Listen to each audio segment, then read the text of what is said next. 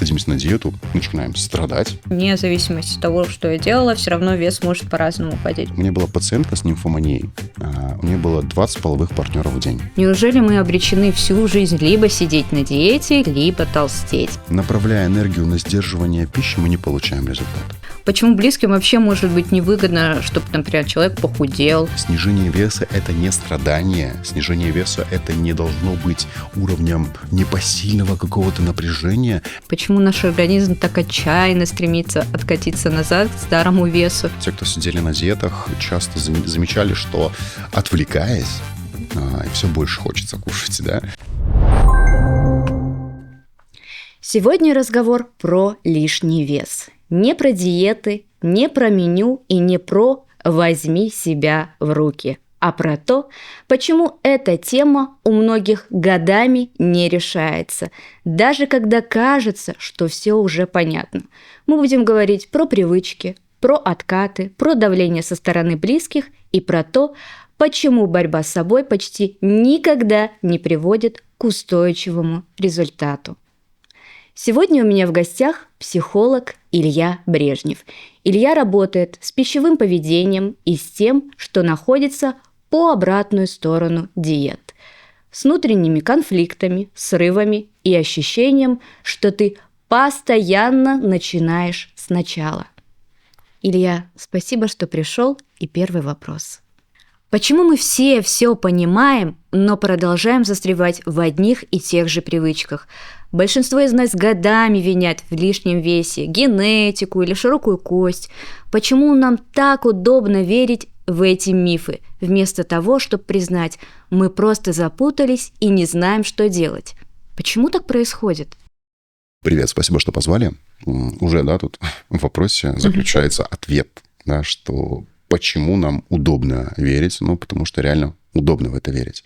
Очень удобно перенести ответственность за свое тело, за свое пищевое поведение, за свои пищевые привычки на генетику, на широкие кости, на какой-то мифологический образ. Чтобы не я, это так произошло, так легче, так проще жить, так проще с этим смириться. Найти виноватого, в общем. Именно, да, и при этом же виноват кто угодно, только не я обычно. И в этом есть одна из самых главных, ключевых ответственностей, почему мы часто именно застреваем в своих пищевых привычках. Если первый вопрос был, про то, что почему мы в них застреваем, потому что именно так и происходит, что мы... Давай разберем еще слово «привычка». Привычка – это то, что мы привыкли делать. Мы делали это неоднократно. Как еще называется неоднократное повторение одного и того же действия? Это тренировка. То есть мы, по сути, тренировали в себе это. И да, когда мы что-то натренировали, это мышцы, умение, навык, это хорошо, легко работает. Да, я умею делать только так и не умею делать иначе. И очень сложно вырабатывать новые привычки. То есть новые действия. Плюс еще есть всегда такая целая обойма отговорок, отмазок, откорячек, которые, как правило, всегда на расстоянии вытянутой руки. Всегда есть повод сорваться, всегда есть повод сделать как раньше. Прикладывать усилия, мало кто любит и хочет. Вообще. А еще такой есть момент, говорят, что у меня тянет на сладкое, потому что у меня там таких-то витаминов не хватает. А это другой механизм, который называется рационализация. Так, если алкоголик скажет, вообще-то вино пить полезно. Да, понятное дело, что полезно, всегда вопрос дозировки. И тоже иллюзия, надо снимать с пищи именно химическую составляющую.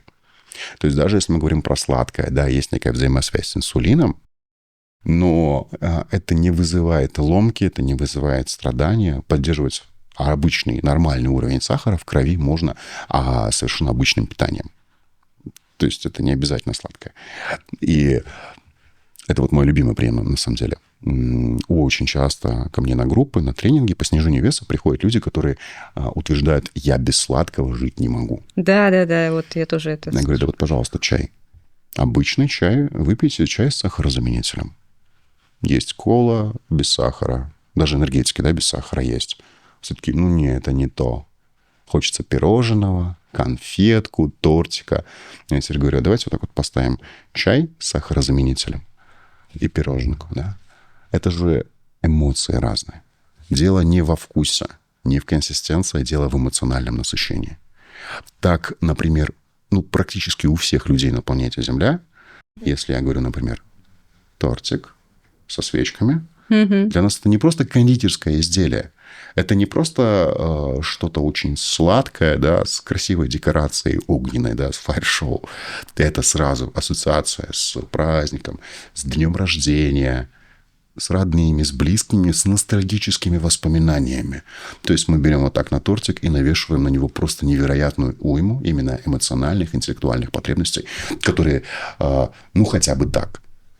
То есть, когда мы едим, типа, эстетическое удовольствие. Компенсаторно. Да, это эстетика, безусловно. По сути, потому что, сейчас сидим, да, вот днюх, когда, не знаю, когда у тебя, у меня только через полгода. Праздником мне, сейчас хочется. У меня в августе. Вот, та же самая, да, история, только в июле. И вот через полгода, больше, да, уже, кто подкаст смотрит, у нас сейчас зима, да. И вот когда праздник наступит, это еще надо подождать, это чуть терпеть. А тортик вот сейчас закажем. Да, закажем, сюда привезут. Тут это легко, это быстро, это доступно. Да. Это супер быстрый способ получения эндорфинов. Есть способ, конечно, быстрее, но они, как правило, нелегальные. И очень вредят здоровью. А тут как будто бы безопасно, тут как будто бы полезно. То есть привычки мы формируем в лишнем весе, когда начинаем удовлетворять психологические потребности компенсаторно через какой-то прием пищи. То есть мне хочется радости, например. Это сладкое. Мне грустно, там солененькое что-нибудь, да, условно. Хочется что-то взбодриться, острое. Да, там, позаботиться о себе, что-то еще. Я не буду, да, натягивать там сову на глобус. Для кого-то, может быть, сладкое, это ассоциируется со стрессом или с горестью. Какие-то индивидуальные такие якорения. Основная, да, как бы посыл в том, что когда мы начинаем удовлетворять потребности эмоциональные, какие-то интеллектуальные потребности, то есть потребности нашей психики через пищу, то так и формируются привычки. Кстати говоря, я, например, даже когда включаю какой-нибудь сериальчик, там, кино, я беру там кириешечки, чипсики. Не потому, что я есть хочу, просто даже так вот как дополнительное, что ли, что-то. Или, может быть, я не знаю, от скуки я это делаю, потому что мне что-то хочется еще дополнительно, помимо того, что я смотрю сериал. Все верно. Я не помню, где-то в Америке сейчас уже даже открывают такие кинотеатры для людей с синдромом дефицита внимания. То есть там не только экран, там еще перед ними стол с какой-то ерундой. Там что-то руками поделать, вязание, вышивание, там картины по номерам, да, кто-то в телефоне залипает. Кинематограф даже из-за этого изменился. То есть у нас сейчас за счет обилия информации нам сложно концентрироваться на чем-то одном. Фильм, если идет больше, чем час, мы уже сидим, нам скучно. Да. И мы такие сидим, как затянуто, как скучно уже, даже если там экшен происходит. Там задача, да, казалось бы, развлекать, но нам от этого становится скучно. Нашему мозгу становится скучно заниматься чем-то одним. Нам надо делать что-то еще. Хорошо ли это, плохо ли, я, наверное, не буду об этом судить, потому что, объективно новая ветвь эволюции мышления. Это, скажем так, не научная теория, но, на мой взгляд, весьма интересная к размышлению. Если раньше мы, да, там, помнили номера телефонов, да, прям наизусть, всех своих друзей, родных, родственников, да, и всех служб, потом мы начали мыслить ссылками, так называемое ссылочное мышление. Мы перестали помнить номера телефонов, мы помним, где их посмотреть. Я не помню всю там информацию, я не запоминаю формулу, я помню, где можно, в каком приложении это посчитать или так далее. То есть начали мыслить ссылками. Сейчас перешли к такому клиповому мышлению, так называемое, да, то есть следующая эволюция. Мы очень быстро, короткими клипами мыслим. Опять же, еще раз, да, я как человек науки всегда предупреждаю, что это не научный термин, но это рассматривают как вариант, да, что это интересно об этом поразмышлять. И вот мы сейчас привыкли к этому интеллектуальному фастфуду в том числе, что если нам нужно включиться в что-то более серьезное, нам уже скучно. И надо делать что-то еще. Окей, глаза, уши заняты. Да, какие у нас еще остаются? Да. Рот и руки. Да, погнали. Соединяем рот и руки, сидим. И там, как правило, мелкая моторика. Кстати, да. Так что сразу рекомендация, да, если вы так делаете, займите чем-то руки, мелкую моторику. вязание, вышивание, раскраски по номерам. Там в телефоне можно залипать, там 3 в ряд собирать. Ну, кстати, да. Замена вместо того, чтобы есть. Да. Просто займите руки. Вашему мозгу тупо скучно. Я обычно говорю, знаете, вот я такой, мысли умею читать. Если у вас есть такой диагноз, да, назовем это так, когда вы что-то смотрите, и вам обязательно что-то нужно есть при этом, то, скорее всего, вы, когда разговариваете по телефону, вы что-то рисуете или постоянно пишете. Или ходите, как сумасшедшие, кругами. То есть вот нашему мозгу настолько скучно. Это нормально. Что с этим делать? Ну, можем, конечно, тренировать усидчивость. Помните, как в детстве снова учить стихи километровые и заставлять себя. Помните, как там в «Заводном апельсине», да, садиться вот с этими расширителями, да, заставлять себя смотреть. Ну, как бы зачем? Если тебе это не мешает жить, просто сублимируй это в комфортное, благоприятное для себя русло. Да, кстати, очень неплохая альтернатива, действительно, что-нибудь там повышивать, что-нибудь пораскрашивать параллельно, они есть. Это очень, да, кстати, выход из ситуации. Помнишь бум фиджет-спиннеров? И сейчас уже, конечно, этот бум спал, но в чем фишка? Очень тупой механизм, да, просто чем-то руки занять. Просто крутилка. Просто крутилка, обычный подшипник, с какой-то декорацией, да, но какой эффект произвел, да, потому что, сейчас уже очень много различных таких так называемых фиджетов, вот этих вот антистрессов для рук. Это всякие вот крутилки, там, щелкалки. Надо сказать, да, почему руки? Руки, потому что они напрямую связаны с мозгом. Вот, как зрение, как обоняние, как слух, вкус. Это то, чем наш мозг собирает инфу с внешнего мира. И конкретно вот руки. Нам в какой-то момент эволюции перестало быть прикольно предметы лицом трогать. Животные до сих пор с этим прекрасно справляются афибрисами. А нам, как на 2 ноги встали, неудобно стало лицом трогать предметы.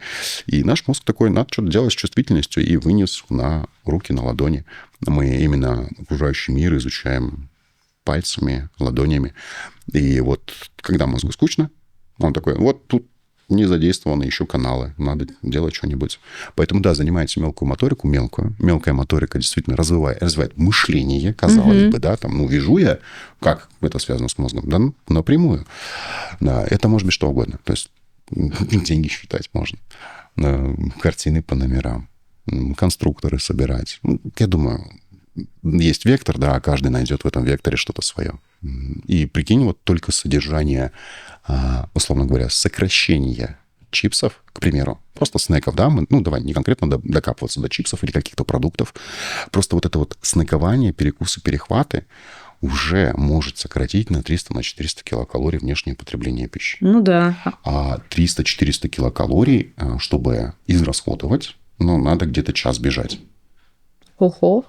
Ого. Ничего себе. Чтобы подняться на одну ступеньку, мы тратим 0,3 калории. То есть, чтобы потратить 1 калорию, нам нужно пройти 3 ступеньки. 30 ступенек. То есть, сколько нам нужно реально впахивать, чтобы отрабатывать то, что мы съели. Ну да. Еще как назло, мы же вообще это не учитываем. Для нас это вообще не... мы сели, там что-нибудь перекусили, там, не знаю, те же самые чипсы, кириешки. Мы это за калории-то и не считаем особо. Так просто перекусили. Совершенно верно. Это вот эти вот снекования. Давайте так, опять же, я не против. Если к этому осознанно подходить как такой, сейчас кайфану чуть-чуть, да, там 1-2 чипсы, если тебе это даст удовольствие сейчас, от этого ты вес никогда не наберешь. Но надо это делать, как минимум, так скажем, с пониманием, да, этой сути. Что действительно очень часто, когда клиенты приходят, они такие, да я вообще ничего не ем. И там в этом ничего не ем, оказывается, там где-то чипсы, оказывается, где-то глиттер колы залетел, это же не еда. Нет, конечно. Да, там тоже калорий нормально. Перекус, да, там куриные крылья, это же кожа, да, с костями, это же можно за еду тоже не считать. Мы уже не говорим про очень сильно плотный завтрак, который зачем непонятно, потому что мало ли, да, вдруг война, я уставший или голодный. Вот это к тому, что мы часто действительно не учитываем весь набор калорий, который принимаем. Даже чай, там, кофе, это тоже еда. Вы посчитаете калорийность латте. Хотя я думаю, те, кто смотрят подкаст, это, да, они знают, да, что в принципе, да, что калорийно, что не калорийно. Наши клиенты обычно очень экспертны уже в диетологии. То есть они прекрасно знают состав еды, состав, что полезно, что можно, что нельзя. О чем я, кстати, в первую очередь прошу моих клиентов, давайте забывать про диеты. Вы не к диетологу пришли, не в еде дело совершенно. Пришла пора, возможно, на себя обратить внимание. По сути, мы вот таким образом, да, зачастую накапливаем огромное количество килокалорий, которое в современном цивилизованном мире мы не расходуем. Да, и вот это вот постоянное размышление, да, наших клиентов о том, что можно, что нельзя, как бы, да, возможно, пришла пора, да, отпустить вот это вот напряжение концентрирования на еде. Еду можно. Но если мы ее по ночам с фонариком, да, под забором не ищем, ее можно. Да, нету неправильной какой-то пищи. Тут важно именно внутреннее состояние. Даже вот если говорить про некоторые такие вот интересные, да, аспекты нашей физиологии, что это запасы же, это огромные запасы энергии. И их можно, и более того, нужно тратить. Давай теперь разберемся с одним парадоксом. Человек с лишним весом, по сути, обладает огромным запасом энергии. Но на деле он почти всегда чувствует себя как выжатый лимон и постоянно хочет есть. Почему так происходит? Где заперты эти силы и что блокирует этот ресурс? Ну, действительно, да, как бы парадокс в том, что ничего не блокирует. Единственная функция человеческого жира, кстати, мифы с него нужно тоже снимать, наш жир, он не особо способствует терморегуляции, он не помогает нам согреваться. Мы не там, киты, не тюлени, у нас жир немножко другой структуры. Наш жир не помогает нам сильно плавать. Ну, по законам физики, конечно, да, чем больше поверхность, тем больше выталкивающая поверхность. Плавать, может быть, чуть-чуть помогает, но не так, чтобы нам это было эволюционно прям супер как необходимо. А согреваться тоже особо не помогает. Даже наоборот, да, чем больше поверхность, тем быстрее происходит охлаждение. И, соответственно, у жира у нашего есть только одна единственная функция – это быть израсходованным. И организм его накапливает только для того, чтобы его тратить. И организм это будет готов делать с удовольствием, и особо-то проблем-то в этом нет. Мешает ничто, мешает кто? Самоличность. В вопросе, да, потому что человек постоянно хочет есть. Это так. И вот постоянно человек ест. Как бы зачем организму брать при этом энергию из внутренних запасов? Ну, да. Если мы представим, что организм – это просто бастион рационализации.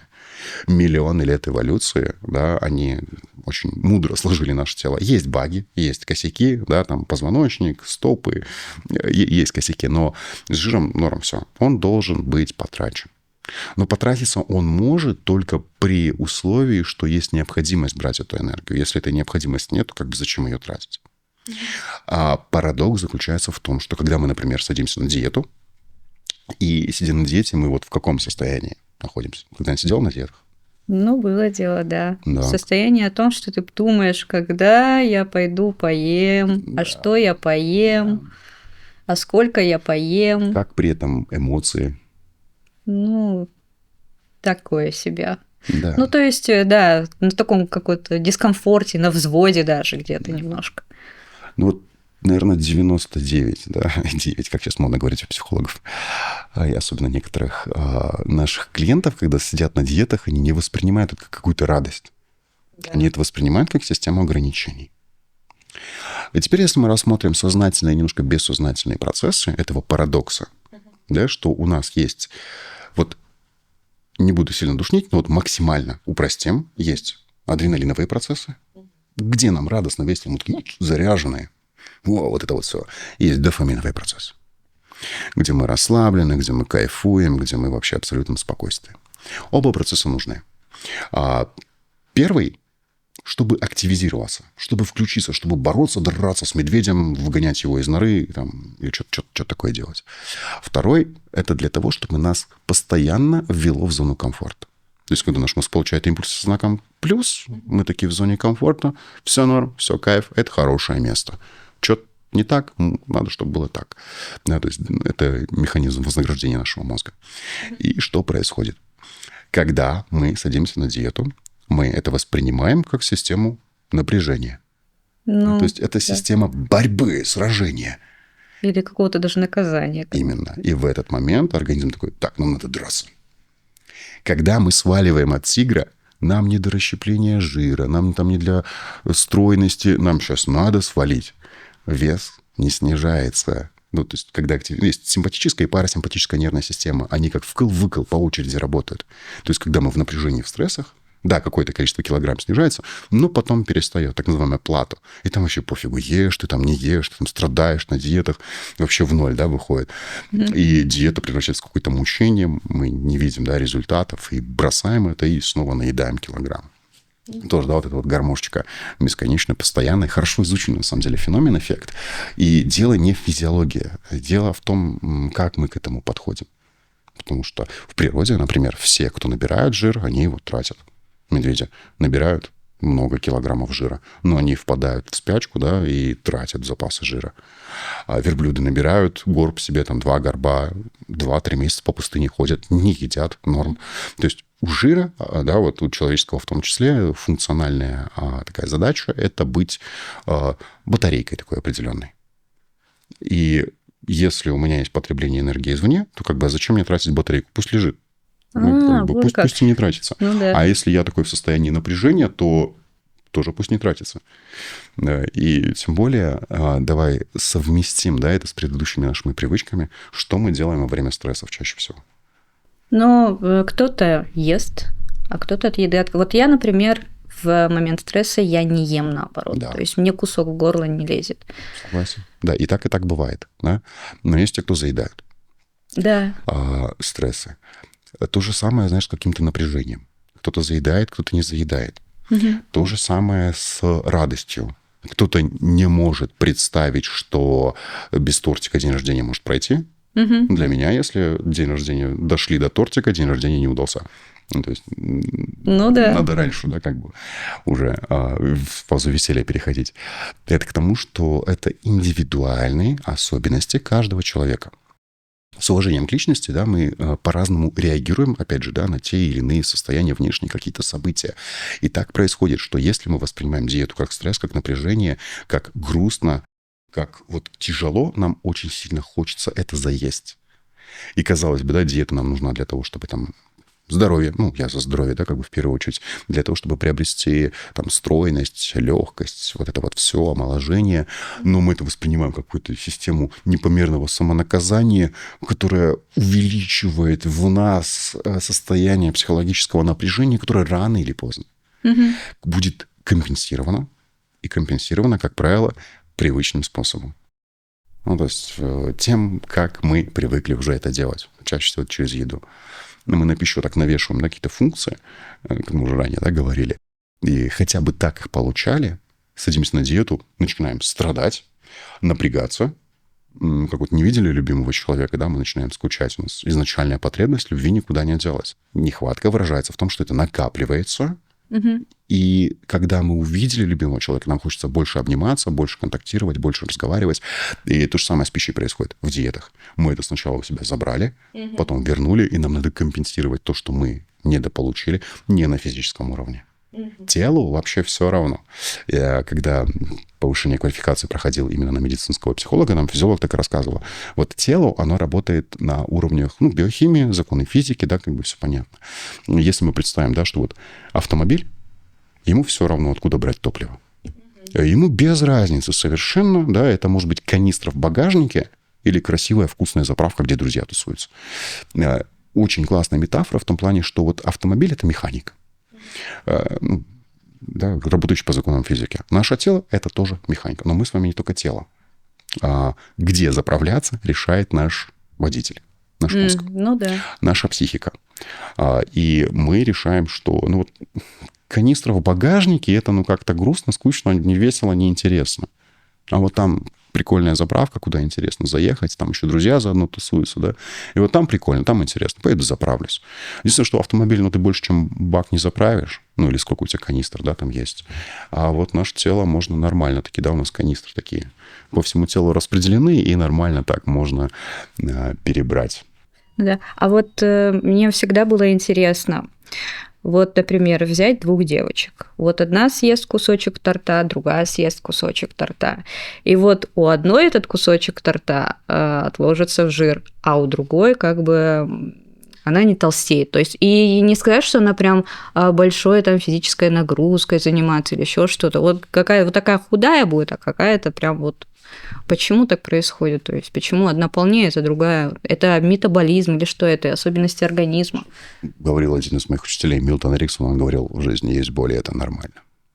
Умение терпеть эту боль позволяет ей наслаждаться. Да, мир несправедлив. Да, вот так вот.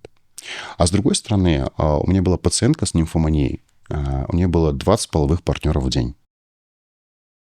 Завидуем ей?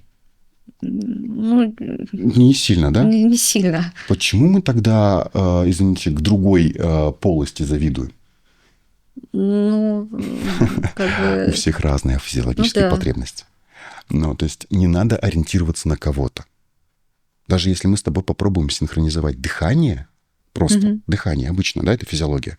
Ну, мне кажется, очевидно, у меня объем легких чуть-чуть побольше. Ну да. Да? И если мы постараемся синхронизировать дыхание, либо ты передышишь, либо я не додышу.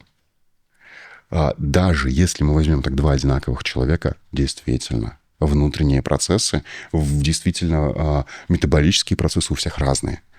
Ориентироваться на кого-то, ну, это последнее дело. Как бы, давайте вспомним родителей, они нам что сказали. Все с крыши пойдут прыгать, и ты тоже пойдешь с крыши прыгать. Вот то же самое. Когда мы говорим про свое тело, пожалуй, правильнее всего ориентироваться только на себя. Не на то, как у кого-то это бывает.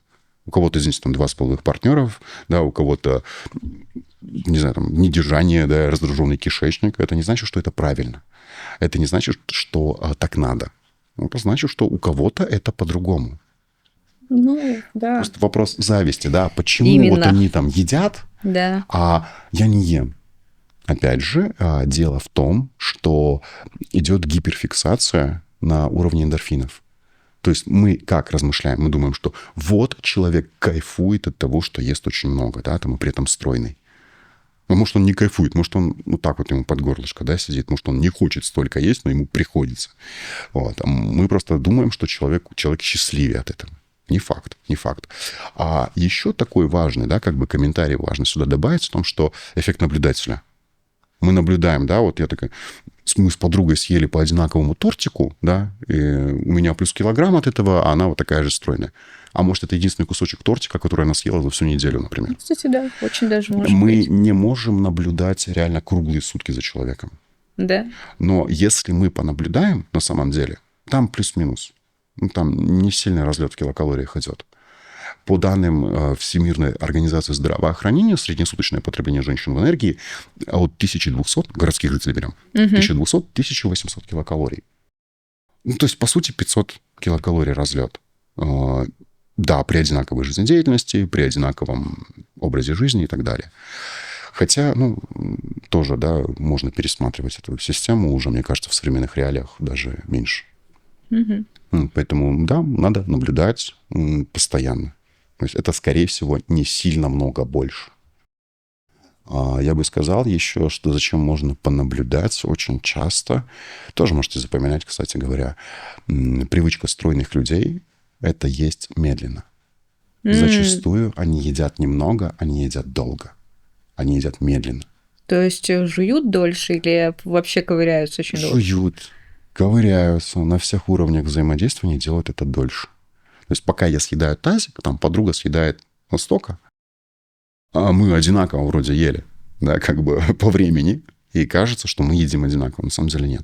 То есть вот опять же очень сильно много факторов, много переменных.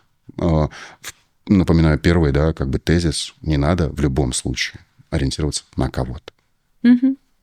Да. Всё понятно. Второй тезис: да, мир несправедлив. Даже если это так, что мы с этим можем сделать? Мы можем это принять. Ну, да. Значит, да, это не про меня. Ну, да, у кого-то 2,5 партнера в день. Мне это надо, не особо. Как бы, а что тогда завидовать? Да, просто вот такая вот интересная история, что все мы разные. Меня вообще, кстати, вот это удивило на самом деле. Я думала, что человек, у которого больше запаса жира, ему теплее, чем нежели человек, с обычным уровнем, там, жира в организме. То есть меня это очень сильно поразило. Я думала, что они не мерзнут, то есть дольше намного. Вопрос подвоха на самом деле. И ответ, да, с подвохом. Я говорил о том, что жир не помогает нам в терморегуляции. То есть замерзнут могут оба одинаково. В зависимости, опять же, от очень многих индивидуальных факторов, там, закаленности, привычек, да. Но если мы берем, например, норма-вес и человека с лишним весом, охлаждение организма происходит плюс-минус одинаково. Потому что, на обеспечение, например, 1 килограмма жира нужно 25 километров микрососудистого русла. Там, конечно, сосудики тоньше, чем человеческий волос, но, тем не менее, жир нужно питать. И просто от движения, перенося на себя какие-то лишние килограммы, да, мышцам приходится прилагать больше усилий, условно теплее. Не потому, что нас жир согревает, да, как шуба такая, а потому что, просто больше надо напрягаться мышцам, больше нужно напрягаться сердцу. Кстати, не очень хорошо-то, да, в пролонгированном, да, в состоянии. Да. Там очень куча болячек, заболеваний и прочее. Но если мы вот так вот возьмем их, разденем, поместим, да, в холодную среду, одинаково плюс-минус будут люди замерзать. Но ресурсов организм с лишним весом тратит больше всегда. Потому что жир нужно обеспечивать, жир нужно питать. Мы увеличиваем площадь тела. Всю площадь тела нужно тоже согревать. Откуда брать ресурсы? Да, они расходоваться будут быстрее. Носить их тоже, да, быстрее. То есть вопрос в том, что мерзнут ли быстрее, не в том, что мерзнут быстрее или медленнее, в том, что жир нам не помогает согреваться, да, то есть не на длительной основе какой-то. Это не будет такого, что мы человека в нормовесе и с лишним весом выставляем на дикой природе, один замерз насмерть, а другой ходит как с жиром, как с шубой, да. Это не совсем так. Скорее всего, какие-то негативные последствия обморожения можно наблюдать у обоих. Поэтому это интересный вопрос. Но с другой стороны, давайте посчитаем плюсы и минусы. Норма веса, лишний вес. Вопрос терморегуляции. Даже накинем этот миф, окей, жир помогает греться. Не проще пуховик купить? То есть ваше здоровье, стоит в цене пуховика, что ли? Если вы удерживаете лишний вес только для того, чтобы не замерзнуть насмерть, я подозреваю, просто если вы смотрите там YouTube, Twitch или какой-то еще другой, да, другую площадку, где подкаст, у вас, вероятнее всего, есть интернет. Вам это не на флешке принесли. Скорее всего, вы живете где-то в городских условиях, смотрите это из теплого помещения. Как минимум, да, где-то в автобусе, да, в шапке, в одежде. Вам не нужно согреваться таким образом. Если нужно прям вопрос безопасности, да, это пуховик решит этот вопрос. А еще, может, такой детский вопрос. Вот я даже по школе, вот у нас такой был мальчик, он такой был крупненький, естественно, излишки там тоже были свои, но он казался таким здоровым, грозным. Вот мне интересно, он сильнее вообще был по своей природе? То есть жир дает силу какую-то, или это просто масса? Смотрится, что он такой большой, массивный. За счет того, что мышцы под постоянным напряжением, они достаточно хорошо обычно физически развиты. А некоторые спортсмены, да, когда занимаются, они там на руки, на ноги цепляют такие утяжелители свинцовые. И чтобы потом снимаете утяжелитель, да, мышцы более эффективные. А тут утяжелитель по всему телу. Кстати, да. Можно сказать, что да. Сильнее. Да. Но у меня был один друг с лишним весом, он говорил, знаешь, почему мы толстяки такие добрые люди? Потому что мы плохо деремся и медленно бегаем. Поэтому это, мне кажется, тоже не гарант. Да? Мышцы и жир – это вообще разные составляющие. Лишний вес как защита. Я все-таки не спортсмен, да, не диетолог, но часто лишний вес используется именно с защитной функцией. Показать «я большой, меня много». Мышцы накачивать сложно же. Это же надо в тренажерке убиваться, да, очень долго. Да. А жир легко наращивается. И вот это показать свою, да, большесть, что я большой, меня много, да, показать свою значимость. Если внутри мало стержня внутреннего, надо это наращивать внешним. У нас даже как с 90-х, да, говорили, авторитет нарастил, говоря про лишний вес. И сразу, да, был показатель успешности. Пожалуй, с эпохи Возрождения, с 16 веков, да, до, пожалуй, до конца 90-х лишний вес был показателем успешности, показателем достатка.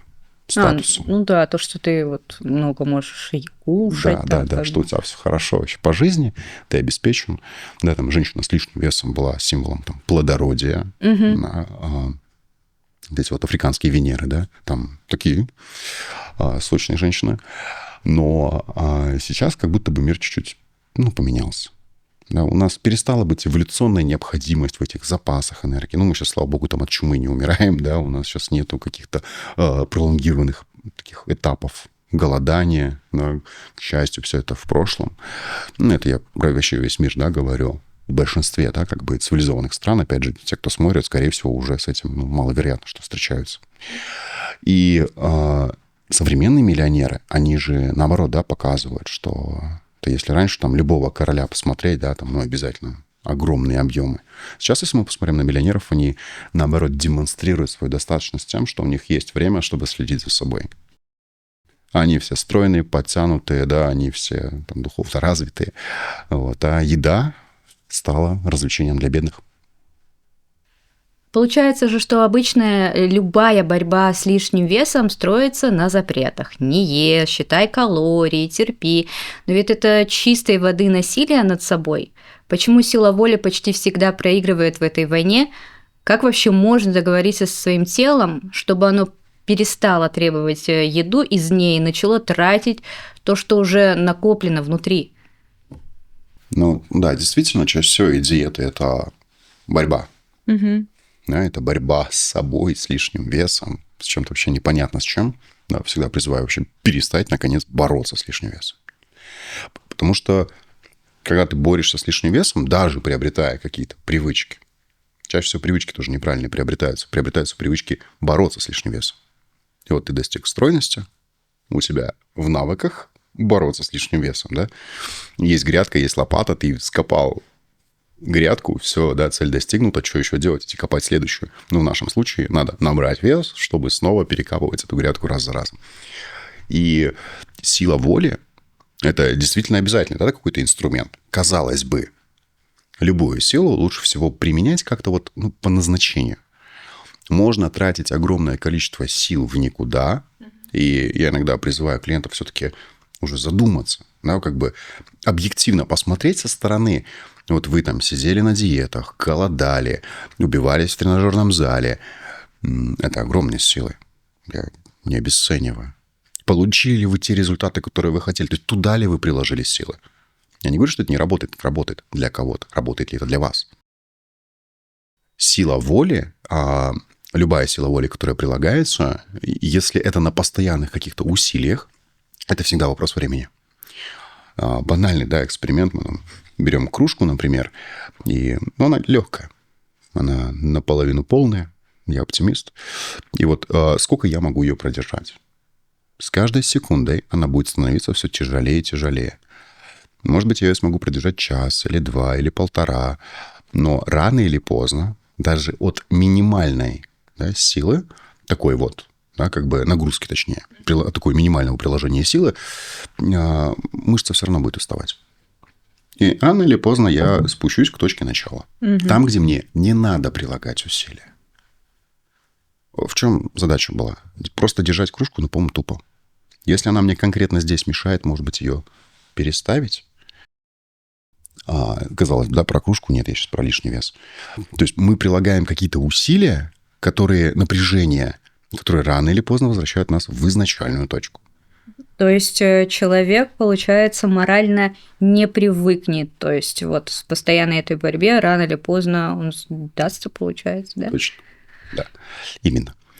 Если человек не формирует новые варианты, новые пути, то по-любому вернется к изначальной точке. Вопрос силы воли, да, насколько хватит его продержаться. Давайте отдадим должное, у кого-то реально получается. Но есть такие люди, которые там всю жизнь сидят на диете. Есть такие люди, которые всю жизнь ходят в тренажерные залы. Есть, да, окей. Их путь, их выбор, ради бога, как говорится, да, 0% осуждения, 100% понимания. Да, пожалуйста. Но если у вас так не получается, значит, вам надо искать другие пути.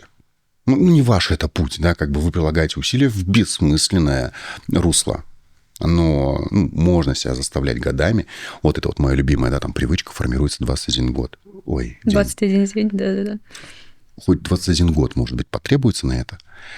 Если вам это не нравится, если ваша привычка не имеет вторичных выгод, если вы их не видите, то не сформируется ни за 21 день, ни за 21 год. Не сформируется у вас привычка гвоздем ковырять руку. 21 день ковыряйте, год ковыряйте, 21 год ковыряйте, вам это, если не нравится, если вам это больно, неприятно, это не сформируется. Как минимум, это выйдет на уровень, равно, нейтрально, просто к этому отношусь, со смирением, да, каким-то. Но это не будет доставлять радости в жизни. То есть надо всецело пересмотреть вообще отношение к этому. То есть к диетам. Поменять отношение свое к себе. Угу. Даже поменять не столько отношение к диетам, сколько поменять свое отношение с собой самим, да, со своим внутренним состоянием. Потому что, возвращаясь к метафоре с гвоздем, ковыряю себя день, два, три, через неделю мне это надоело. Больно, сложно, неприятно. Мы диету как воспринимаем? Опять диета, больно, сложно, долго, неприятно, нудятина какая-то. И не сформируется так привычка. Привычка стройности, привычка жить, да, в стройности. Я всегда говорю клиентам, давайте завязывать, бороться с лишним весом. Хватит учиться снижать вес, давайте приобретать навыки стройности. Основной фокус терапевтического внимания, который необходимо направить на паттерны поведения. Если мы рассматриваем все-таки, да, давайте поговорим про расстройство пищевого поведения, поговорим про пищевую зависимость, как и любая другая зависимость. Давай поменяемся местами. Теперь ты психотерапевт, знаешь, еще такой будешь сложный прям психотерапевт, наркологом будешь. Я алкоголик. Я бухаю литр водки каждый вечер. Не знаю как, допустим, представим, как не в себя. И я прихожу к тебе и говорю, а можно я буду пить, не литр, я буду пить рюмашечку. В день? Да, вместо литра. Но ты не перестанешь быть алкоголиком, по сути. Ты также им остаешься. Суть ты уловила. А можно я буду пить литр пива? Нет, это тоже, по сути, алкоголь. И литр вина? Нет. Можно я вместо литра залпом выпью по 200 миллилитров 5 раз в день? Нет, конечно. Все равно алкоголь остается. Слышишь, куда я камни кидаю на самом деле? То есть, когда мы манипулируем объектом зависимости, мы можем получить только симптоматические результаты. Всегда. То же самое с диетами. Мы ее делаем больше, меньше, правильной, неправильной. Мы делаем ее дробно, получая какие-то симптоматические результаты. То есть, да, какие-то временные изменения изменятся, но не избавляясь от механики пищевой зависимости, всегда можно получить только временные результаты. Мы не направили внимание на патогенез, на причину возникновения. Но только опять же, вопрос с алкоголем. От алкоголя нужно полностью отказаться, а от еды мы полностью же не откажемся. И тут... Супер. Ты абсолютно правильно подмечаешь то, о чем мы говорили с тобой ранее. Химические зависимости, да, они лечатся купированием. То есть, да, мы можем просто их выкинуть, с пищей так не получается. Наша задача не концентрироваться на еде, да, а вопрос, зачем мы ее принимаем. Наша задача не делать ее меньше. Самое популярное, да, возьмем диету. Спроси у человека, как снизить вес, он скажет, есть меньше. Вопрос, какой навык я приобретаю, я ем меньше. И ты в стройности, ты в нормовесе, надо ли тебе есть меньше? В принципе... Тебе надо есть достаточно. Да. А ты умеешь только сокращать порции. Ты сокращаешь порцию, увеличиваешь порции, сокращаешь порцию. Этот маятник, он бесконечный. Чаще всего они то не ем совсем, то объедаюсь, то не ем совсем, то объедаюсь. Да, и этот маятник качается бесконечно. Его нельзя раскачивать. В этом-то и ловушка, то, что мы стараемся с пищевой зависимостью, да, работать как с токсической зависимостью. Я не пью, все, и не пью. Молодец. С едой так не получится. Тут совершенно другая стратегия. Здесь важно рассматривать именно, так называемые парадигмы, да, именно паттерны. Паттерны поведения и основная парадигма, на которую мы сейчас концентрируем внимание, это на стратегии поведения. Как в том же самом примере, да, с алкоголем сразу четко понятно, с едой так не получится. Но если мы посмотрим на стратегию, например, я привык отдыхать, к примеру, вот днем при помощи еды. Ну, вот просто час обеда, да, положено же, да, я привык отдыхать. Раньше съедал, ну, не знаю, там, казан чего-нибудь, а сейчас буду съедать миску салатика. Понятное дело, законы физики никто не отменял. Пока я ем миску салатика, вес будет снижаться. Да. Это диета. Смотрим сверху. Стратегия. Я каждый день делал отдых себе при помощи еды. Изменилась ли стратегия? Да, собственно, нет. Именно. Опять же. Парадигма сохранилась. Да, Да. как бы паттерн, точнее. Паттерн сохранился. Да. Взаимосвязь, но новой какой-то нейронной синаптической связи не произошло. И тогда, ну, мы знаем, да, что кто сидел на диетах, они сами понимают, что это, да, сначала миска салатика, а потом миска салатика еще что-то. И там рано или поздно возвращается совершенно обычные способы действия. То есть вот основную терапевтическую стратегию надо концентрировать не на еде. Если вы уже пробовали делать пищу там больше, меньше, что-то там с ней манипулировать и не получилось, отстаньте от еды. С едой все нормально. Еда красивая, вкусно выглядит, красиво пахнет, это все, да. Нет ни на секунду задача испытывать отвращение к еде. Это вот мое любимое, да. Приходят ко мне и говорят, а можно так, чтобы я там не хотел есть вообще? Я говорю, нет, это не физиологично, это неправильно. Или там, чтобы еда вызывала отвращение, это не дай бог. Ну, как бы прикиньте, жить в мире, где еда вызывает отвращение. Ну, нет, это неправильно. Нам надо ее хотеть. Просто дальше что? Да, дальше какое взаимодействие? Ну, я увидел, захотелось, да, классно. Ну, давайте так, не все, что вкусно пахнет, мы в себя заталкиваем.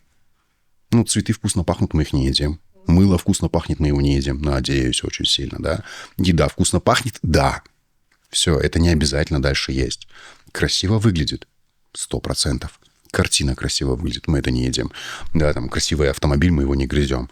Ну, да, еда красиво выглядит. Просто принять этот факт. Да? То есть первый – это момент важный, да, послабление вот этого напряжения. Напряжение по отношению к еде. Перестаньте на ней ловить гиперфикс. Концентрироваться только на ней. Да, если я думаю о том, что съесть или от чего отказаться, это срыв 90% случаев. Если я все время снижение веса концентрируюсь только на еде, то есть первый секрет это, да, я который всегда говорю о том, что давайте переводить так называемый локус-контроль, фокус внимания с внешнего мира на внутреннее состояние. То есть найти причину, почему я столько ем, Да. найти ее и, ну, то есть заменить, да, там, я не знаю, что нам интересно. Или, опять же, вот если нам скучно, значит, скуку чем-то другим заменять, например, да, там, ну, я не знаю, там, банальную книжку прочесть лучше. Все верно. Но здесь важно еще работать, скажем так, по направлению. Важно заняться ни чем попало. Те, кто сидели на диетах, часто замечали, что, отвлекаясь, все больше хочется кушать, да, когда мозг там цепляется в кусочек тортика, который лежит в холодильнике, и там иду, стираю, пылесошу, глажу, убираю, сам мозг как хотел поесть, так и хочет, и постоянно хочется, и слюна бежит. Либо не то, либо не так делаем. То есть важно именно с пищей снимать эту функцию и удовлетворять именно запрос. Как вот мы чуть ранее говорили, да, о том, что если просто скучно, да, нужно чем-то руки занять, остальные, да, сенсорные каналы, надо точечно по направлению понимать, что происходит, и как это реализовать по-новому. Не просто отвлечься, а именно получить то чувство состояния эмоций. Здесь самое частое, что я слышу, это то, что «а как?». Да? Это очень хороший вопрос. Я говорю всегда о том, что задавайте этот вопрос к себе. Ну да, ну вот не каждый найдет ответ. Ну, то есть в себе не каждый покопается и не найдет причину. То есть почему он ест, почему он заменяет, или почему вот я хочу быстро получить удовольствие, радость, я там пошла, скушала тортик. То есть не каждый, мне кажется, себя отловит и не найдет причину. Все так. Все так. Поесть быстрее. Да. Легче, проще. Да? Но к чему это приводит? К лишнему весу. Любая стратегия зависимости, она так и звучит. Сейчас хорошо, потом плохо. Сейчас бухну, завтра похмелье, сейчас кольнусь, завтра ломка, сейчас наемся, завтра лишний вес. Уже давно проводили этот эксперимент. Люди, которые умеют, условно говоря, удерживать себя в состоянии стабильности в ожидании далеких результатов, На детках проводили, да, этот эксперимент. Съешь одну пироженку сейчас или 2 пироженки через 15 минут. Казалось бы, да, для взрослого он такой себе эксперимент, но для ребенка вот эти 15 минут – это в лаборатории 1 на 1 с пироженкой. Это ужасно лютый эксперимент. Да? Для ребенка это невероятное испытание. И эксперимент проводился десятилетиями. Те, кто выбирали съесть потом, более эффективны, более результативны по жизни. То есть, понимая, что сейчас прилагаю усилия, я себе потом в 2 раза лучше сделаю, да, надо напрячься, да, надо что-то сделать. И это вот возвращаясь к силе воли, да, к тому, куда надо направлять энергию. Потому что, направляя энергию на сдерживание пищи, мы не получаем результат. А если мы вот эту же энергию, которую вы по-любому куда-то тратите, направим на поиск именно своих качественных удовлетворителей, которые нам сделают хорошо, не тяжело, плохо, сложно, как на диетах, а именно сделают хорошо, мы ничего не теряем, мы улучшаем качество жизни. Да, над этим надо поработать. А я не говорю, что снижать вес легко ни разу. Я не говорю, что это такое, вы пришли ко мне, я такой пальцем щелкнул, все такие стройненькие случились. Ни в коем случае. Задавать неудобные вопросы. Находить собственные ресурсы. Ну, сейчас, конечно, мало кто, наверное, там поверит, особенно те, кто с лишним весом. Вот так же легко, как всегда находится отмазка. Новые действия, которые приведут вас к стройности, также на расстоянии вытянутой руки. Так же, абсолютно так же. Когда, даже вот мы с тобой беседовали, да, я говорю, да просто руками что-то делать, у тебя раз, 2-3 варианта нарисовалось просто. Они у тебя уже есть. Их нужно просто увидеть и начинать делать. И вот в пищевой зависимости, да, первый симптом – это туннельный симптом. У нас есть какой-то объект зависимости. Вот кофеечку не повезло, теперь будет моим объектом зависимости. И давай возьмем самый популярный. Удовольствие, расслабление, общение, стресс, к примеру. Вот. Если мы говорим про лишний вес, все это реализуется через пищу. Удовольствие, еда, приятно, вкусно, да, 100% так. Стресс, еда. Да. И так бывает. Общение только при помощи еды. Ну, сидим за столом, да, как что, не есть, что ли, при этом. У алкоголика будет тот же самый список. А удовольствие – бухнуть. Радость получить – бухнуть. Стресс – бухнуть по-любому. Общение только через алкоголь. Есть объект зависимости, и психологическая сфера – это огромная, это уйма потребностей. Там чувств только 5 основных, да, как бы, основных. Производных от них там вообще бесконечное древо. И начинают стягиваться к объекту зависимости. Формируется зашоренность мышления. По-другому нельзя, не получается, невозможно. Только так. А закодированному алкоголику говоришь, все, ты больше не пьешь. У него такое в голове такая обезьянка с цимбалами сидит. А как праздники отмечать? Error 404. Не найдена страница. В голове отсутствует представление, знание, восприятие того, что это вообще возможно. Конечно, потому что, да, ведь когда у нас зависимость, я вот как это слышала, что у нас потом вот все в туннельно сводится только вот к объекту зависимости. Все. То есть мы больше вообще ничего не видим вокруг. Потом, да, чем сильнее зависимость, тем больше этот туннель. Ну, меньше, да, наверное, уже этот туннель.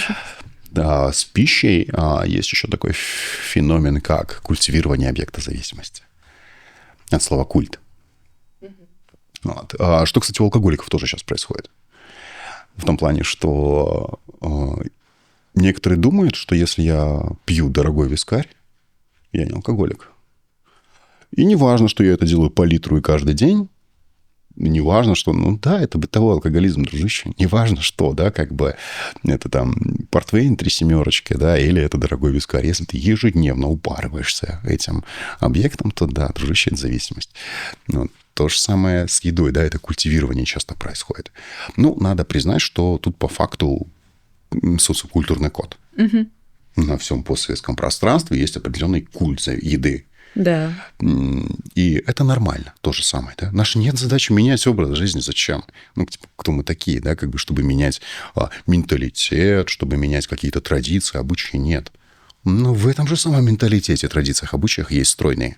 Ну, стопудово. То есть у них как-то получается. То есть это возможно. И вот это вот культивирование, да, индивидуальное культивирование объекта, это когда еда уже не просто в туннеле, она еще и на пьедестале. О, да. На нее прям молятся, только про нее все мысли, про нее все говорят. А вот мы раз говорим про диеты, мне вот всегда было интересно. То есть, по сути, есть можно все.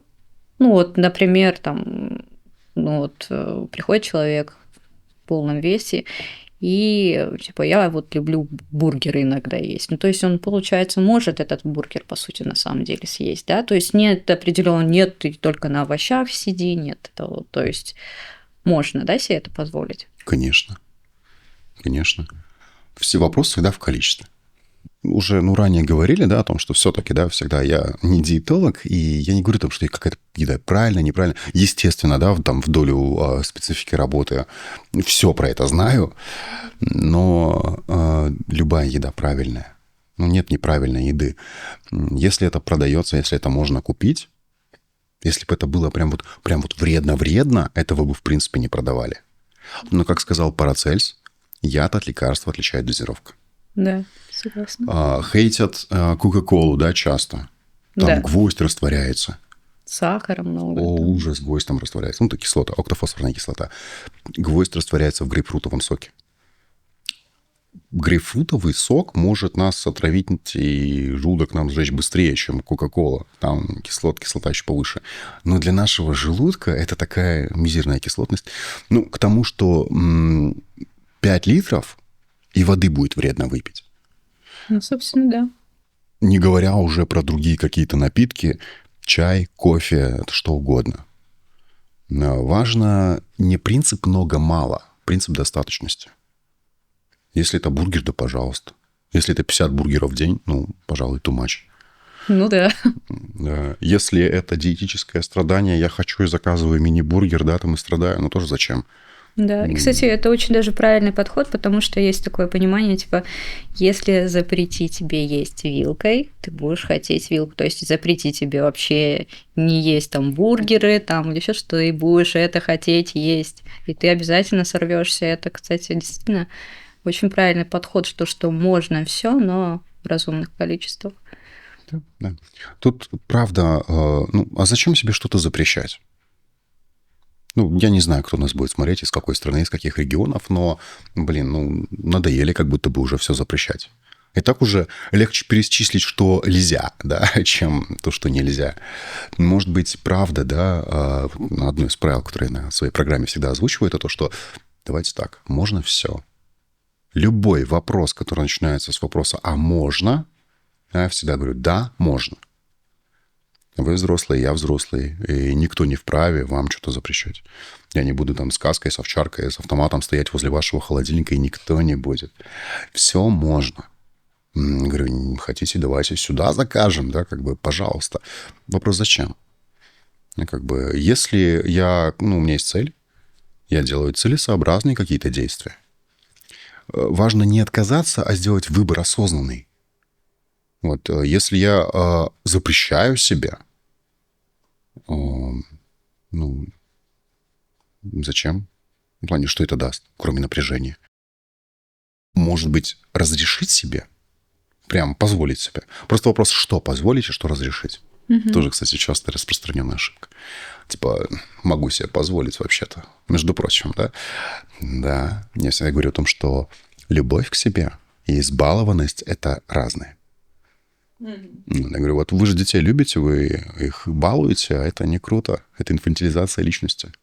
Но при этом, если мы увидим ребенка, который с 2 гвоздями, спицами бежит к розетке, с явным намерением их туда воткнуть, мы остановим. Да. Потому что мы взрослые душнилы? Нет, потому что это любовь и забота. А вопрос педагогики там уже не особо стоит. Можно тапок снять, кинуть, да, лишь бы сбить, но остановить от этого действия. Можно жестко остановить, можно подбежать, схватить, да, можно подойти и сказать, нельзя, смотри, почему, и показать, почему нельзя.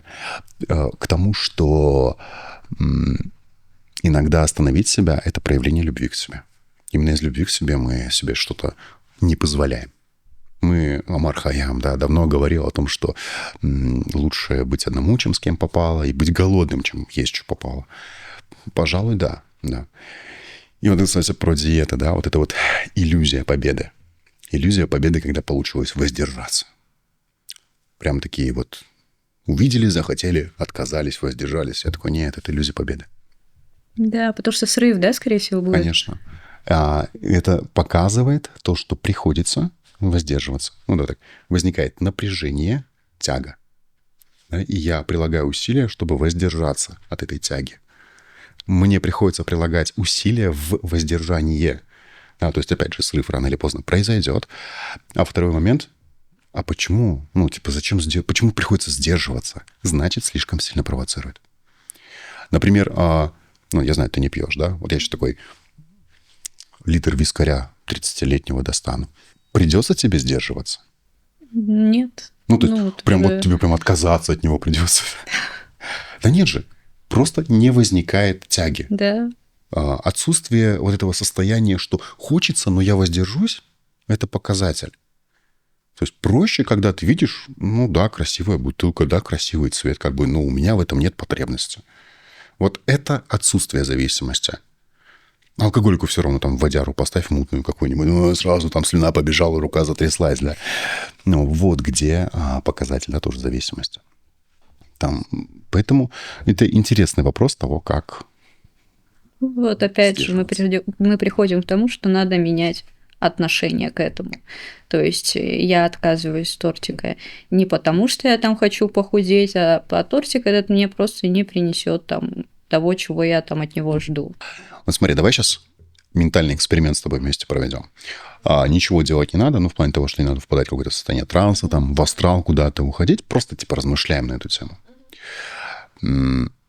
Если у тебя есть какой-то вот любимый вот такой, знаешь, кусочек пищи, сладкое, что? Есть что-нибудь такое? Неважно. Мороженое пусть. Пусть мороженое будет, да? Вот берем так вот мороженку, прям перед собой представляем, вот так вот говорим мороженке: ты мое удовольствие. Удовольствуешь? Удовольствие. Давай гипертрофируем. Также мороженке скажи: мое единственное удовольствие в жизни. Угу. То есть мы его выше еще подняли, чем оно есть. Что ты в этот момент чувствуешь? Больше тягу к мороженому. Прям тягу? Да. Нет ли у тебя состояния напряжения и того, что, нет, это не так? Что, не единственное удовольствие? Ты сейчас в моменте забыла про мужа, про детей, вообще про все. Нет, если я, опять же, завишу то есть я прям обожаю мороженое. Да, естественно, конечно, что мороженое никогда не перекроет мужа и мою дочь. То есть это не единственное, да, удовольствие? Да. К тому, что когда мы говорим про, например, пищу, удовольствие ли это? Да. По факту. Это действительно некоторая штука, которая красиво выглядит, вкусно пахнет, вкусная на вкус. И да, определенный источник удовольствия, безусловно. Но нельзя это очень сильно прям культивировать, возносить, да, куда-то. И если бы был такой вот, условно говоря, выбор, да, про отказ, про выбор. Вот у тебя мороженка. Сколько мы ее едим? 15 минут. Грубо говоря, да, где-то так. 15 минут мороженка или 15 минут с дочерью. Не знаю, чем вы любите заниматься. Иногда 15 минут мороженка. Но я шучу сейчас. Конечно же, да. Конечно же, дочь. Да. В приоритете. То есть какого-то любимого занятия, да, с любимым человеком, да, то есть оно будет, конечно, в приоритете. Безусловно. Собираем, да, все данные. Вот у тебя есть 15 минут мороженка, которое будет вкусное, и вот какое-то занятие с дочерью, чем-то любимым каким-то занятием. В моменте, по-взрослому, если, да, можно выбрать только что-то одно.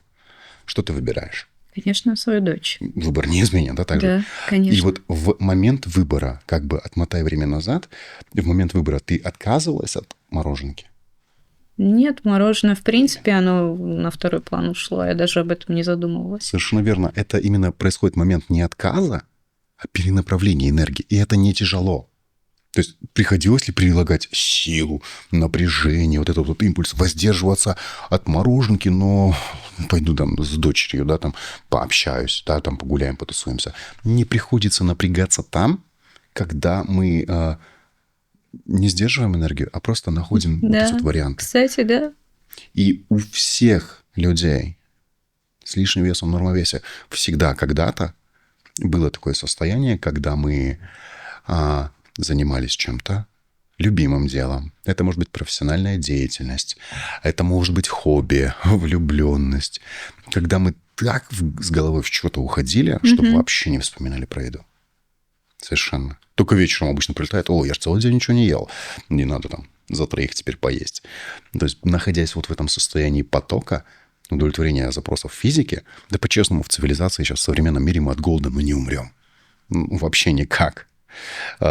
Если есть хотя бы килограмм лишнего веса, мало еды не бывает.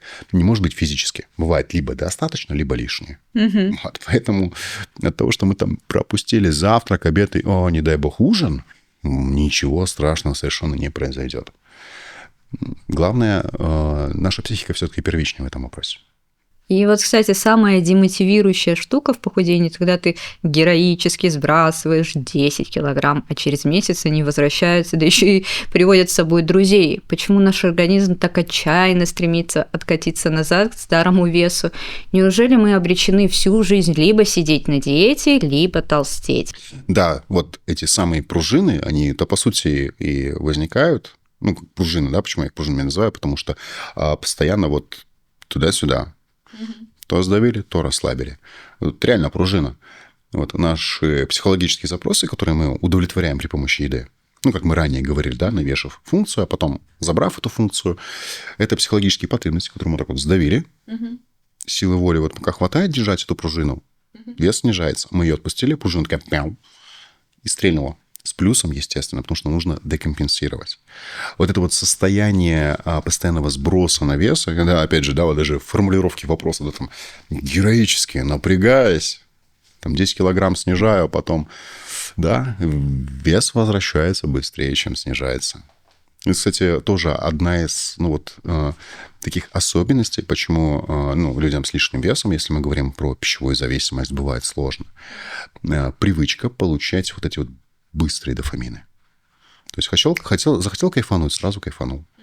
Радость, стресс снял. Да, то есть нетерпимость к какому-то моменту вот такого-то, что, сейчас чуть-чуть, подожди, сейчас будет лучше. Вес – это такая интересная тема, которая не снижается стабильно, постоянно. Это может быть килограмм сегодня, 100 грамм завтра, 1,5 килограмма послезавтра, неделю стоять и через неделю минус 100 грамм. Это даже с учетом того, что я ела одинаково, с физической нагрузкой занималась одинаково, то есть вне зависимости от того, что я делала, все равно вес может по-разному уходить, правильно, да, я понимаю? Все верно. Дело в том, что вес снижается не в килограммах, не в граммах. Вес снижается в процентах от начальной массы тела в месяц. Сюда очень много мифов тоже накидали. В том плане, что чем больше вес, тем легче снижается. Мне легче точно так же. Если я от 150 килограмм снижаю вес, да, то 5%, например, на диетах лучшая скорость – это 5%. Считается, да, самая оптимальная. То это будет, получается, 7,5 килограмм. Если я с 60 снижаю вес, то для меня 5% это будет 3 килограмма. Это в 2 раза разные цифры, но это одинаковая скорость. Суть та же. Именно что нужно смотреть не ситуативно быстрые результаты. Особенно, знаете, по-честному, наши многие клиенты, они то, что копили и носят годами, они хотят вот так убрать. При этом ничего не делающую, естественно. Да, можно снижать вес быстро, легко, безопасно, комфортно, в сторону омоложения, оздоровления. Есть такие пути. Но это должно быть не однобоко. Если мы идем в тренажерку, сейчас не обесцениваю, это спорт, это жизнь, полезно, круто, классно, замечательно, но не для снижения веса. Диета, мне очень нравится, как даже, я забыл, «Ученые против мифов» было такое шоу, классное шоу, передача на тебе. Там прям про диетологию, когда говорили, да вы поймите уже, что диета – это для больных людей. Это когда реально что-то можно или что-то нельзя по состоянию здоровья. Если вы в здравии, то отстаньте от еды, да, как бы можно все, да, то же самое, как бы, да. Препаратные способы снижения веса. Ой, как хочется волшебную таблеточку счастья. Ну, ребёдушку какую-нибудь. Ага. Ну, сейчас это вот, да, Оземпик. Оземпик, и да. его производные. Ну, там объективно сразу видно, кто колет его, да, там видно, что не совсем про здоровье. И, кстати, уже побочки появляются, да, потому что, ну, все-таки клинические исследования необходимо, наверное, подольше проводить, и хорошие клинические исследования не ходят, ну, там проходят десятилетиями. Не так, что, оп, появилось, да, погнали. Ну, и, соответственно, вот волшебные, наверное, таблетки прям, гипнотерапия, когнитивно-поведенческая терапия, препаратные способы, диеты, тренажерки. Это все работает, ну, не вот так вот, да, что пришли, ушли стройными. Это все предполагает под собой какие-то действия. Единственный способ – это вот за один раз, да, убрать все лишнее, там, как в том анекдоте, да, хочу скинуть там 30 килограмм, ну, приблизительно ногу, да, отрежем сейчас. А вот как насчет релаксации? Да, вот это единственный способ быстро убрать за один вот так вот сеанс, ну, условно за один. На это целая серия, скорее всего, потребуется. Но, а что потом? Ну, кстати, да, вот именно, что отношение такие день не поменялось. Совершенно верно. Наесться. Вес точно так же наберется. Точно так же вес наберется со временем. Можно делать липосакции, резекции и прочее, кожи и желудка. Если не менять пищевое поведение, то лишний вес будет возвращаться раз за разом. А поведение – это когнитивно-поведенческая терапия. В целом, да, ну давайте так, что сейчас показывает самую лучшую эффективность, под лучшим мы имеем в виду скорость снижения веса, пролонгированность, эффективность. Ну, тут не так, что, да, он просто снизил вес и набрал обратно, а под тем, что дает именно трансформацию. Даже, наверное, давайте правильно скажем, метаморфозу. Потому что часто мы занимаемся именно трансформацией. Мы как трансформер. Да, собрался, переразобрался, там набрал вес, снизил вес. А именно метаморфоза, когда вот мы из гусеницы в бабочку превращаемся, и нет пути назад. Это гипнотические практики и когнитивно-поведенческая терапия. А это все относится к психотерапии. То есть, да, с телом, да, тело просто реагирует. Лишний вес, взаимодействие с пищей – это способ реакции на внутренние переживания. Поэтому, чтобы пружины не было, надо не на еде концентрироваться. Нужно концентрироваться на себе, на своих чувствах. Вот я сейчас часто очень спрашиваю наших клиентов. Тычинки, пестики мы все знаем. Чем мальчик от девочки отличаются, тоже все прекрасно знаем, понимаем, умеем, да, отличать. А вот сможете ли вы назвать свои 5 основных чувств? Ну, там, банально базовых. Чувство имеется в виду радость, грусть, там, чувство любви. Любовь – это производная радость. Да. Ну, собственно, да. Ну, страх, да. Ненависть. Гнев. Ага. Гнев. Да. Головоломка мультику. Привитие детям. Очень крутое привитие детям эмоционального интеллекта. Да, нас этому не учили. Нас учили там, ходить строем, да, как правильно, как надо. А вот про нас самих нам ничего не рассказали. Конечно. Там даже иногда спрашиваешь у взрослого, а почему так? Да потому что. Все. То есть никаких вариаций больше над этим. То есть они вообще ничего не объясняли, почему так. Да, да. Ну, сейчас очень круто, потому что, да, у нас информация всего мира. Она так на ладони. Это потрясающе. Просто, возможно, да, мы начнем когда-нибудь эту информацию правильно для себя использовать, да, включая критическое мышление, научное мышление, да, изучать все вопросы глубоко и всесторонне. А если я просто, окей, Google, как похудеть, да, там будет Google вариантов ответов, и большинство из них будут диеты. Но подходя системно, целостно и комплексно, мы можем получить пролонгированный результат. То есть, да, я не буду говорить о том, что только ходите к психологу и там занимаетесь, да, проработкой эмоциональных состояний, вес будет снижаться. Возможно, тоже не будет. То есть нужны специальные практики, которые будут активизировать эти процессы, да, условно говоря, направление внимания туда же, да, как бы к уровню взаимодействия. Опять же, я не про еду сейчас, а даже и про еду, да, как с ней дальше взаимодействовать. Как найти вот этот баланс между... Вот, я понимаю, что... Хочется съесть. Как это съесть так, чтобы вес снижался? да? Не отказываться, а научиться, да, как бы. Это должно быть всегда системно, целостно и комплексно. Потому что если мы как-то, только с какой-то одной стороны заходим, с другой стороны вылезет, как говорится. Да. Поэтому важно захватить это все целостно. Еще, кстати, такой вопрос про наше окружение и менталитет. У нас вот так вот заведено, что вот съешь еще кусочек, я же старалась, или то прям мужу нравится попышнее. Часто близкие вот не только не поддерживают, а буквально как будто саботируют процесс. Почему близким вообще может быть невыгодно, чтобы, например, человек похудел? Как выстоять против этого, и чтобы восприятие семьи не казалось, что я там предаю чуть ли не там традиции, например, семейные? Давай этот вопрос с тобой рассмотрим с точки зрения мотивов. Мотив близких, прям по-настоящему, родных, близких, любимых людей, он заключается в том, чтобы нам было хорошо. И они делают все, что в их силах, возможностях, способностях, навыках, ресурсах, чтобы нам было хорошо. Если близкие не хотят, чтобы вам было хорошо, возможно, надо задуматься над тем, насколько это близкие на самом деле люди. Да, это вот токсики, нарциссы, газлайтеры, ред-флаги, все вот это вот. Но, по сути, если мы посмотрим, да, близкие о нас таким образом заботятся. Очень много традиций, обрядов, да, они действительно привязаны к приему пищи, потому что прием пищи – это что-то, что являлось чуть ли не сокровенным, стоящим когда-то на вопросе выживания. И поделиться едой – это, чуть ли не поделиться частью, да, какой-то своей жизни. И действительно очень много традиций и обычаев, как я уже говорил ранее, нам не надо нарушать их, нам не надо прям предавать традиции какие-то. Основной здесь вопрос в том, почему как бы близкие не всегда поддерживают снижение веса. Смоделируем картинку. Что видят чаще всего близкие?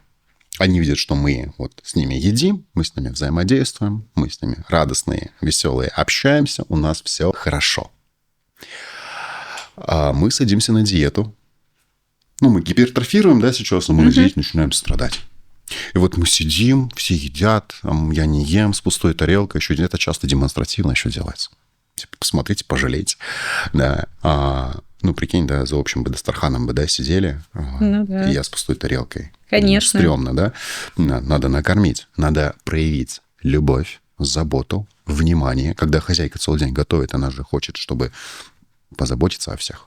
Накормить всех, да, как бы в этом функция сакральная не только в уровне, на физиологии поесть или не поесть. Тоже можем рассмотреть этот вопрос, да, потом попозже.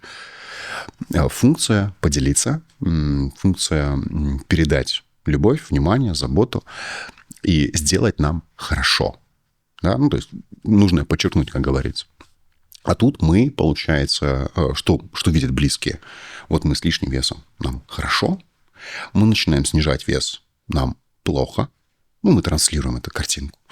А достигли ли мы стройности или не достигли, под вопросиком. И тогда от плохо нас близкие будут толкать в хорошо. Действительно, чуть ли не саботируя процесс. Их основная задача – это причинить нам добро, нанести нам любовь. Догнать, нанести еще раз, если надо. Очень важно договариваться с близкими, с родными, брать их в поддержку. Это наш мощный ресурс, это наша поддержка, сила и помощь. Объяснить им, что лично мне, они же этого не чувствуют.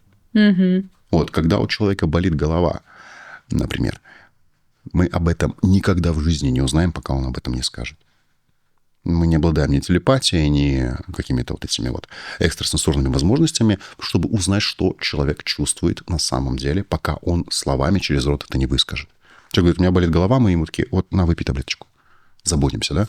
И человек не понимает, что мы видим, что мы чувствуем, что мы это на себе лишнее носим, что нам дискомфортно, неприятно и прочее. Важно донести вот этот посыл, что мне с лишним весом там не так-то плохо. Мне дискомфортно, мне неприятно. У всех есть свой мотив, да, как бы снижать вес. Что снижать в ней вес мне на самом деле, норм, если это правда так. И что в стройности мне будет еще лучше. Тогда стрелочка мотивации близких меняется. Они такие, да, окей, мы тебя понимаем, поддерживаем, принимаем. Работает с любым возрастом. Очень часто слышу, типа, вы моей маме, бабушке не объясните, что я вес снижаю. Я говорю, а объясните, что вам по состоянию здоровья надо? Что вам врачи рекомендуют вес снижать? Да. Что вы гробите себя лишним весом? Да, там забудьте позитив, все окей, нормально, но если это уже угроза жизни, риски здоровью, риски жизни, угроза здоровья, да, неважно. Важно то, что если я себе делаю плохо этим, то это уже, пожалуй, как-то надо трансформировать, менять. И близкие нас любят априори. То есть как константа. И близким даже там бабушка можно объяснить, слушай, я понимаю, что для тебя там я самый умный, самый красивый, самая умная, самая красивая, и так хорошо, тебе и так нормально. Да, кстати. Мне плохо. Мне в этом объясните, что с их точки зрения понятно все. Мы не осуждаем, мы не критикуем, мы не спорим. Мы говорим, понятно, мы принимаем их точку зрения. Что для вас норм, для меня нет. Опять же, да, это выстраивание границ. Но не такие границы, когда я там перестала быть всем удобной, да, и посралась просто со всеми. Это когда я объясняю, как мне, каково мне, да, словами через рот договариваемся. Не орите, не ругайтесь, типа вы неправильно живете, это вы меня раскормили. Угу. Попросите, а помоги мне теперь, по-новому немножко. Да, у меня теперь вот такой вот ритм.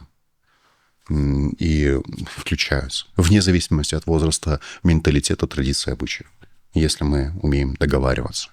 Это отдельный навык, коммуникативный навык. Вот, например, мы же с вами не жвачные животные. Вот коровы, да, жвачные животные. Там вот от начала до конца все под переваривание пищи. Мощные челюсти, 4 желудка, мега длинный кишечник, толстый. Положение шеи и головы, способное постоянно жевать пищу. Вся эволюционная стратегия: сбились в стадо, идут и едят. Если волки кого-то загрызут, надеюсь, не меня. Повезло, да, как бы весь механизм взаимодействия. Да, в брачный период еще что-то бывает. Как собираются люди? Люди собираются, да, за общим столом, но общаются, взаимодействуют, делятся эмоциями, новостями и так далее. И когда говорят, что в наших реалиях это невозможно, нереально, вспомните последнее мероприятие, на котором вы присутствовали, и вот быстро, навскидку, сколько съел сосед справа или слева? Напротив. Сколько съел сосед за соседним столом, никто не помнит. Конечно. Только если у человека не такой гиперфикс, что он прям реально вот так отслеживает, параноидально, некоторые себя до этого доводят. Опять же, когда уже культивирование происходит, мы не отслеживаем, кто сколько съел. Мы не на этом уровне взаимодействуем. И сразу быстро также попробуйте навскидку вспомнить, в каком они были настроении. И, о чудо, все вспоминают. Да, в принципе. Наша эмпатичная связь, она не на пищеварении взаимосвязана, на эмоциях, на настроении, на взаимодействие, на общении. Наш эволюционный процесс не взаимосвязан с тем, поели мы или не поели. Вас никто никогда, вот вы общаетесь с человеком, например, на мероприятии за общим столом сидим, вас не будут отдергивать в рукав, говорить: так, перестань разговаривать, ешь. Угу. Да? Конечно. Но если я буду сидеть вот так вот, умирая, страдать, вот только ленивый накормят. Это точно. Поэтому, опять же, то, о чем мы говорили в самом начале, о том, о чем мы во время всего этого подкаста говорим. Принцип с большой буквы «Х». Сделать себе хорошо. Угу. Не страдать, не напрягаться, не транслировать состояние жертвы. Научитесь делать себе хорошо. Научитесь показывать, что вам хорошо на самом деле. И тогда и близкие увидят, что вам хорошо. Снижение веса – это не страдание. Снижение веса – это не должно быть уровнем непосильного какого-то напряжения. Это умение себе делать хорошо не пищевым способом. Это умение быть разносторонним. Это умение качественного эмоционального интеллекта. Понимать, что я чувствую, и удовлетворять эмоциональные потребности. Это умение общаться с людьми. Это умение развлекаться, занимать свой мозг чем-то интересным, кроме как еда. Если мы стягиваем все к пище, мы переходим к уровню жвачных животных. Это деградация. Возможно, пришла пора эволюционировать. Эволюционировать не физически, но ментально, эмоционально. Эволюционировать психикой. Да, вот у меня, кстати, вот бабушка, например, она очень любит печь пироги. И вот когда там мы опять же за столом садимся с семьей, или я к ней в гости прихожу, она мне этих просто пирогов прям в тарелку наваливает. Я говорю, я уже не хочу, все. Но я вот хитрить начала. Я говорю, положи мне с собой. Она мне с собой кладет, и я, естественно, это, допустим, домой приношу, там кто-то есть из домашних, но я уже в себя это все не впихиваю. То есть я вот такой выход себе нашла. Прекрасный вариант. Там же, я вот обожаю просто зеркалить слова. Бабушка любит печь пироги. Это любовь бабушки. Ну вот научилась она вот так проявлять любовь и заботу. Она вот в эти пирожки, я их не пробовал, но я почему-то на 300% уверен, что они потрясающие. Они потрясающие. Они невероятно вкусные до мурашек. Это 100%, потому что там вот так вот пирожок, и где-то, короче, вот так вот любовь еще сверху. Килограммов 8 любви на одном пирожке. И что делает бабушка? Да? Не все умеют говорить «я тебя люблю» вот так словами. Обнять, поцеловать тоже не все умеют. Раньше же это прям даже порицалось отчасти. Но вот сделать что-то приятное, вкусное, да, на тебе эндорфинчиков, ну, то есть любовь, да, не словами, но вот каким-то действием. Они берут вот так вот пирожок, пирожки, да, их много же есть любви, много надо отдать. И передают. Не дай бог, вообще мы в этот момент скажем «нет». Да, это все. Конечно. Это обида. Конечно. Да. Это, прикинь, как тебе говорят, я тебя люблю, а я тебя нет. Да, именно так и воспринимается. Это обидно. Ну, реально обидно. Это прям больно, я бы сказал.